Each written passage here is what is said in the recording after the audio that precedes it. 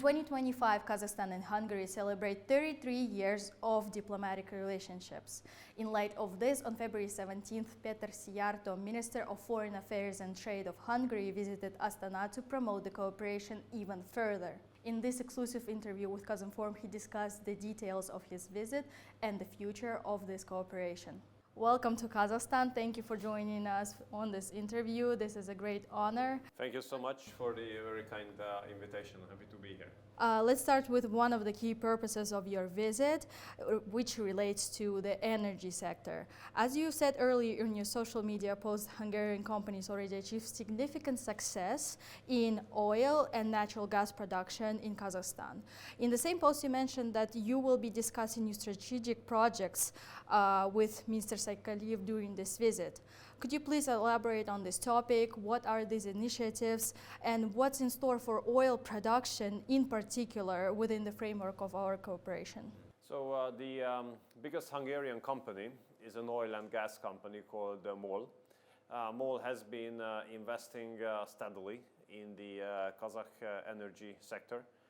They have invested around $200 million when it comes to the Rashkovskoye field, from where they have been exploiting more than 300 million cubic meters of gas so far and 200,000 tons of condensate. There are 5 wells already commissioned, and they consider this as a very successful project. Now, based on this success, they would like to continue to be involved in field operations in Kazakhstan. They have been exploring many opportunities, among them the field called Berezovsky, which would mean that a Chinese-Kazakh-Hungarian joint project could take place, which would be pretty much to our interest. In the meantime, we understand that this new field requires very advanced technologies to exploit oil and gas. So MOL has highly advanced technologies at disposal based on their own research and development activities. So the technological capabilities of MOL would enable them to contribute to the successful project of exploiting gas and oil from the Berezovsky field. On the other hand, MOL is more and more active in the field of petrochemical industry. So petrochemical products developed by MOL are also offered to Kazmunaygas to be used. And negotiations have been going on about adding KEPCO, Kazakh oil, to our national energy mix. There's political openness on both sides. The delivery route is at disposal because Druzhba pipeline is operational. The only question, only between quotation marks of course, the only remaining question is pricing, which is the most important one. So we hope that the commercial negotiations between MOL and Kazmunaygas could be successful. And we hope that in the foreseeable future, we might be able to add Kazakh oil of Kazakh origin, to our national energy mix. When do you approximately believe this project could take place in the future? Well, whether we buy KEPCO oil or not exclusively depends on the commercial negotiations, and this is up to the two companies. When it comes to decision about MOL's involvement into additional fields, I hope that very, very soon. Today, my colleague, the Minister of Energy, has committed himself to support the inclusion of MOL into these projects. Let's move on from energy to agriculture. It's been announced that the Hungarian company UBN Group will be building 4 feed and premix production plants in Kazakhstan with a total investment of $83 million. Why was Kazakhstan chosen for this large-scale project, and what is the expected economic impact for both of our countries? Look, Hungary is well known for its highly developed technologies on agriculture. You know, by tradition, we are an agricultural country.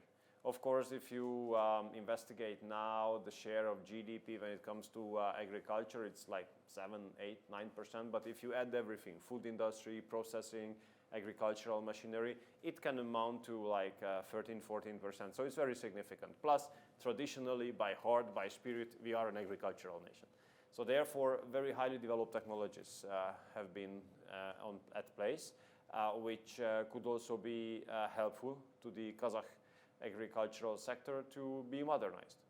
And why Kazakhstan? Because Central Asia is in the focus of the Hungarian companies to invest. And this is nothing new. We have been building this relationship to Central Asia in a very consistent manner for 15 years. I remember when we started this building of this connection, many Europeans and Western politicians have been laughing at us, ridiculing us, judging us, criticizing us for making relationship to dictatorships, you know. Now these European countries are knocking on your door every day. They are dying for a picture with your president. So our affiliation to this region is a long-standing one. Central Europe and Central Asia are close to each other by heart, I think. And this is one of the reasons why we also take part in the work of the Organization of Turkic-speaking countries.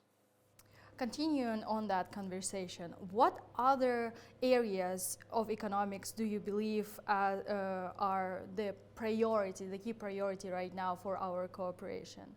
Well, nuclear industry for sure. I have congratulated all of my colleagues, Minister of Foreign Affairs, Economy, Energy, and the President himself for the success of the referendum last year, which allows you to invest into nuclear.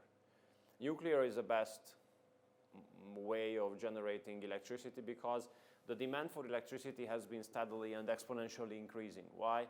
Because the transportation is being transformed to electric, because the demand for the use of heating and cooling systems is increasing, because the demand of the industry is increasing.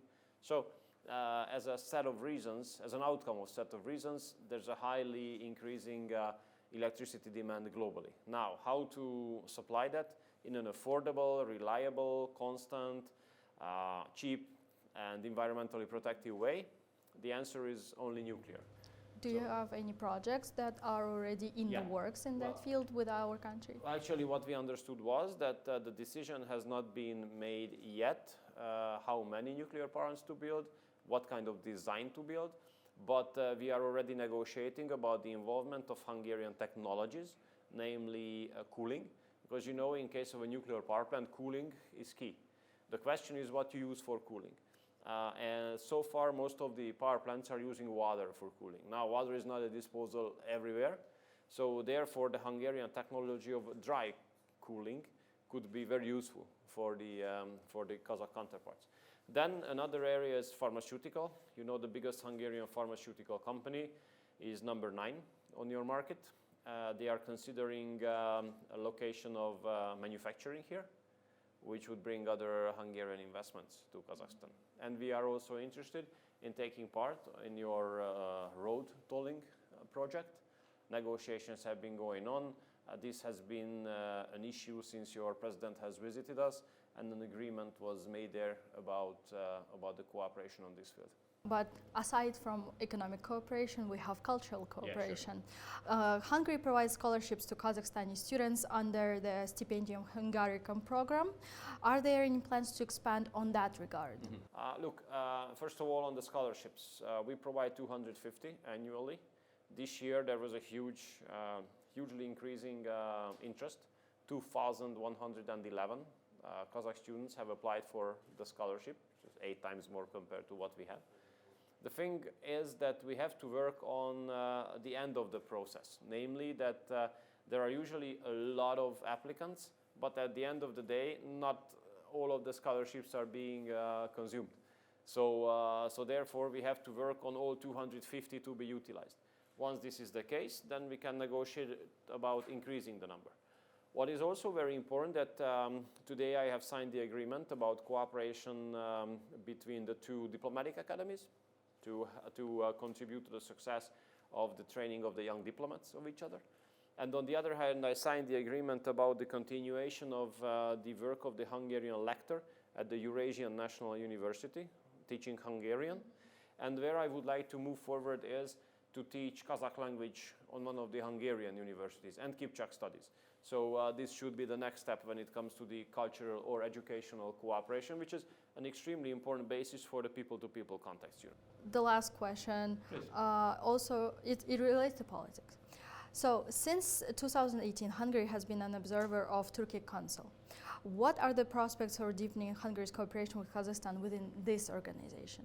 Look, nowadays no one challenges the highly increasing role of Central Asia in global politics, global economy. No one questions it. I remember a couple of years back, people didn't understand why we started to build relationship or cooperation with this part of the world. Now, as the delivery routes are being replanned because of the war, now that the energy sources from this region are important from the perspective of energy security of Europe, everybody understands the importance of this region. So we wanted to be the first ones, and we became the first ones. We are standing in the front of the row. We understand many would like to build a relationship to this region. We definitely count on the trade and the economic relationship to grow. We clearly count on the people-to-people contacts to be more extended. This is going to be helped by the fact that from May onwards, there will be a new direct air connection between the two countries, Shimkhet-Budapest, and this is something very positive. We hope that the Astana-Budapest flight will be relaunched as well. The precondition of that is the end of the war in Ukraine because, based on the mutual sanctions, European carriers are not allowed to fly above the Russian airspace, which makes it unaffordable to fly between Astana and Budapest. But Shimkhet and Budapest will be connected by air connection, which will help us to further grow this relationship. Do you see it as a new step in progress in tourism, for example, between our countries? Well, absolutely. You have a wonderful country. As we are building a tighter and tighter relationship with Central Asia, the people are more and more interested. And they want to see with their own eyes where our ancient tribes have spent some time. They are, very curious about how our relatives in this part of the world, so far away, what are the similarities, whether we still do remember something common. And that will bring many Hungarians here, especially now that they will be able to fly directly. What do you see as, to sum up, what, in your opinion, is the future for our cooperation? Look, this cooperation is very stable because it has always been based on mutual respect. We never educated each other, we never judged each other. None of us wanted to interfere into the domestic issues of others. We always respected each other. And this mutual respect is very important when it comes to the long-term predictability of a relationship. So we are very positive about how we're going to move forward, and we are very positive about the future plans. Thank you for this interview. Thank you for finding the time. It was a great opportunity, and also for your valuable insights. We look forward to your next visit to Kazakhstan. Thank you so much for the kind invitation.